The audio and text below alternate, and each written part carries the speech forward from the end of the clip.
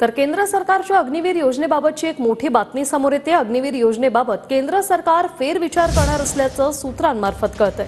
10 मंत्रालयांच्या सचिवांना योजनेचा अभ्यास करण्याचे आदेश देण्यात आल्याचंही सूत्रांनी सांगितलंय।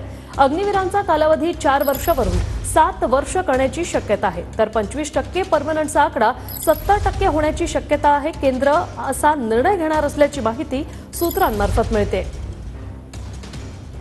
संदीप राजवळकर आमचे प्रतिनिधी फोन लाईन वरून जोडले। संदीप, काय सविस्तर अपडेट?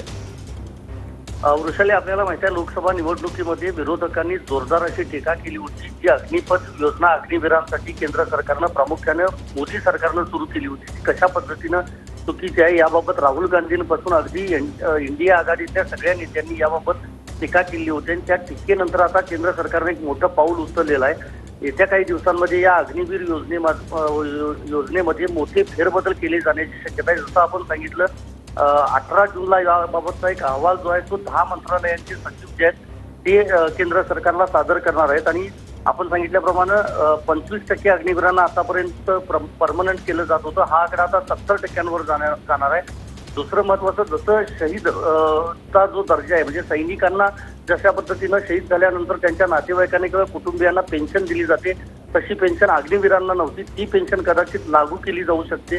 त्याचबरोबर त्यांचा जो ट्रेनिंगचा कालावधी आहे तो 4 वर्षांचा सध्या आहे, तो 7 वर्षांचा देखील केला जाऊ शकतो। याबाबतची देखील माहिती आपल्याला समजते आणि येत्या अधिवेशनात याबाबतची घोषणा जी आहे ती केंद्र सरकारकडून केली जाऊ शकते। दुसरं महत्वाचं, अग्निवीर योजनेमध्ये ह्या सगळ्या योजना पाहिल्या तर उत्स्फूर्त असा प्रतिसाद मिळत नसल्याचं देखील केंद्र सरकारच्या लक्षात आलं आहे। नक्कीच संदीप, धन्यवाद तुम्ही दिलेल्या या सविस्तर माहितीसाठी।